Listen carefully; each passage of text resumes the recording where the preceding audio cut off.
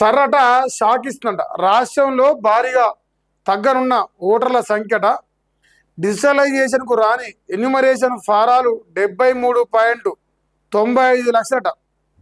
దాదాపుగా 74 లక్షలు వేసుకోరారు. ఇక 74 లక్షలు దొంగ ఓట్లు అనుకోరు రఫ్గా. నిన్న మన నుంచి చర్చ జరుగుతుంది. 70 లక్షల దొంగ ఓట్లు ఈ రాష్ట్రంలో తొలగిపోవచ్చు. ఒక్కొక్క నియోజకవర్గానికి ఎన్ని లక్షలు అవుతుంది లెక్కేసుకోరు. ఇక 119 నియోజకవర్గాలు కదా, 74 యావరేజ్ 50,000 పోతాయి. యావరేజ్ అందా చెప్తుంది 50 నుంచి 40,000. 40,000 ఓట్లతో నన్ను గెలిచిందంటే ఇవాడు దొంగోడు దొంగేసినట్టే లెక్క. ఇప్పుడు అందరికీ అదే. ఇప్పుడు రేపు భవిష్యత్తులో రేపు 2029-28 ఎన్నికల్లో నిజమేందని తెలిపోదు. అంటే ఎవడు నిజంగా ధర్మంగా గెలుస్తుండు, ఎవడు దొంగ ఓటుతో గెలుస్తుండు, ఈ లెక్కలు బయటకు వస్తాయి. ఇప్పుడు ఓల్డ్ సిటీలో suppose Owaisi MIM party. So ఆ పార్టీ వాడు 6-7 లక్షల దొంగ ఓట్లతో ఎమ్మెల్యేలు అవుతున్నాడు. ఎప్పటి నుంచో చర్చ. అది కాంగ్రెస్ పార్టీలో ఉన్న ఎమ్మెల్యే ఫిరోజ్ ఖాన్, ఎమ్మెల్యే అభ్యర్థి ఫిరోజ్ ఖాన్ చెప్తా ఉన్నాడు ఎప్పుడు. సో అసవంటి వాళ్ళు వాళ్ళ బతుకులు రేపు బయటపడతాయి. అంటే నిజంగా దొంగ ఓట్లన్నీ తొలగించబడితే. యూపీ, తమిళనాడు తర్వాత తెలంగాణలోనే హైయెస్ట్ ఉన్నాయి. ఎన్యూమరేషన్ ఫారాల డిజిటలైజేషన్కు ఇవాళనే లాస్ట్ అట. 17న డ్రాఫ్ట్ ఓటర్ల లిస్టు ప్రకటించడం ఎన్నికల సంఘం అట. క్లెయిమ్స్, అభ్యంతరాల స్వీకరణకు 1 రోజుల సమయం ఉందట. ఈ 1 రోజులలో మీరు ఎవరైనా క్లెయిమ్ చేసుకోవాలనుకున్నా, లేదు మాకు అభ్యంతరాలు ఉన్నారా బాబు అని చెప్పాలనుకున్నా, మా ఓటు ఇట్లా మీరు రాసుకోలేదా, మీరు తొలగించరు, మరి మా ఓటు ఇంకో న్యాయంగా ధర్మంగా నేను ఓటర్ని అని చెప్పేసి క్లెయిమ్ చేసుకునే ఛాన్స్ ఉంటుందట. 1 రోజుల దాకా సమయం ఉన్నది.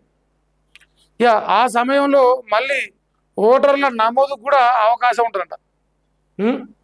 ఇక హైదరాబాదు, రంగారెడ్డి జిల్లాలోనే భారీగా తగ్గినాయట. రాష్ట్ర వ్యాప్తంగా 22% మీద ఓటర్ల వివరాలు ఆన్లైన్ కాకపోవడం వెనుక ఎన్నికల సిబ్బంది నమోదు చేసిన ఆబ్సెంట్, డెత్, షిఫ్టెడ్ వర్గీకరణ అత్యంత కీలకమైన అంశం. బిఎల్ఓలు ఇంటింటికి వెళ్ళిన సమయంలో లభించని ఆబ్సెంట్ ఓటర్లు ఉద్యోగాలు, ఉపాధి లేదా ఉన్నత చదువుల నిమిత్తం వేరే ప్రాంతాలకు లేదా విదేశాలకు శాశ్వతంగా వెళ్ళిన షిఫ్టెడ్ ఓటర్లు మరణించినప్పటికీ రికార్డులో కొనసాగుతున్న డెత్ కేటగిరీ ఓటర్లే ఈ వ్యత్యాసానికి ప్రధాన కారణం అయ్యారు. ముఖ్యంగా హైదరాబాదు, మేడ్చల్, రంగారెడ్డి, సంగారెడ్డి జిల్లాలతో పాటు పట్టణ పరిధిలో అద్దె ఇళ్ల తరచూ మారే కుటుంబాల సమాచారం లభించకపోవడం వల్ల వారంతా షిఫ్టెడ్ జాబితా కిందకు వచ్చినట.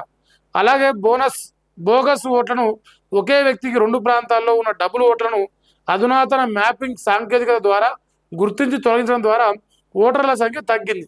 కొన్ని చోట్ల గ్రామాల్లో నివసించకుండా పట్టణాలకు మారిన వారి పేర్లు కూడా స్వగ్రామంలో తొలగింపులకు గురైనాయట. మరి ఇవన్నీ కారణాల వల్ల ఏదైతే హైదరాబాద్ కానీ రంగారెడ్డి కానీ దీంట్లో అధిక మోతాదులో ఓట్లు తగ్గుతాయి. దాని కారణాలు వాళ్ళు చాలా చెప్తారు. సో వాళ్ళ డీటెయిల్స్ సమయానికి దొరకపోవడం కావచ్చు, లేదంటే వాళ్ళు వేరే ప్రాంతానికి షిఫ్ట్ కావడం కావచ్చు, వాళ్ళకు హైదరాబాద్లో గ్రామంలో 2 ఓట్లు ఉండడం కావచ్చు. సో ఇట్లా ఏదైనా కారణం కావచ్చు, కానీ ఉమ్మడి హైదరాబాద్, ఉమ్మడి రంగారెడ్డిలో అత్యధిక మోతాదులో ఓట్లు తొలగిపోయే ప్రమాదం ఉంది. దీనికి ప్రధానమైన కారణాలు వీళ్ళు చెప్తున్నారు. కానీ ఓల్డ్ సిటీలో ఎన్ని దొంగ ఓట్లు అనేది అత్యంత కీలకమైన అంశం ఈ తెలంగాణ రాష్ట్ర రాజకీయాల్లో. బీఆర్ఎస్ పార్టీ కానీ, కాంగ్రెస్ పార్టీ కానీ, ఈ 2 పార్టీలకు ముస్లింల ఓట్లు ప్రాధాన్యం. సో వాళ్ళ ఓట్లంతా ఇప్పుడు ఆయన అసదుద్దీన్ ఓవైసీ ఓపెన్ చెప్తాడు, అరే భయ్ సీఎం రెడ్డివాడు ఉన్నా, సీఎం వెలవాడున్నా, ఎవడు సీఎం ఉన్నా వాడు ఓవైసీ ఇంటికి రావాల్సిందే, మా సంఖ్య నాకాల్సిందే అంటే వాడు చెప్పు తిరుగుతాడు. సో అంతా ఓపెన్ ఉందన్నమాట లెక్క. సో మరి ఆడ పోయే దొంగ ఓట్లను బట్టి ఈ రాజకీయ పార్టీలో అలజడులు పుట్టే ప్రమాదం ఉన్నది. చూడాలి మరి ఏం జరుగుతుందో. ఎస్ఐఆర్ కార్యక్రమం అయితే ఇక దాదాపుగా ఇవాళనే లాస్ట్ అట్నాయి మరి చూసుకోరు. అయితే సర్ మొదలుపెట్టినప్పుడు రాష్ట్రంలో ఓటర్ల సంఖ్యట 3,26,26,440 ఇప్పటి వరకు వివరాలు అందిన ఓటర్ల సంఖ్య 2,64,30,494 తగ్గిన ఓటర్ల సంఖ్య వచ్చేసి 73.95 లక్షలు సుమారుగా చెప్తారు. ఇవన్నీ విష్కాకి అయిపోయినాయి. ఇప్పుడు వీళ్ళంతా మరి 10 రూపాయలు ఏదో బాబా అని అట్టుంది పరిస్థితి. సో ఏదేమైనా ఒకవేళ న్యాయంగా మీ ఓటు ఉంటే మళ్ళీ మీరు వెనకగా తెచ్చుకోవడానికి నెల రోజుల సమయం ఇస్తారట. ఈ నెల రోజుల పట్ల మీరే ఒరిజినల్ ఓటర్ అనడానికి మీ దగ్గర ఉన్న ఆధారాన్ని తీసుకుపోయి వాళ్ళకి ఇవ్వాలి. ఇస్తే మీ ఓటు మీకు అప్పచెప్తారు. ఇది ఒకటి గమనించరా, మరి మీ ఇష్టం.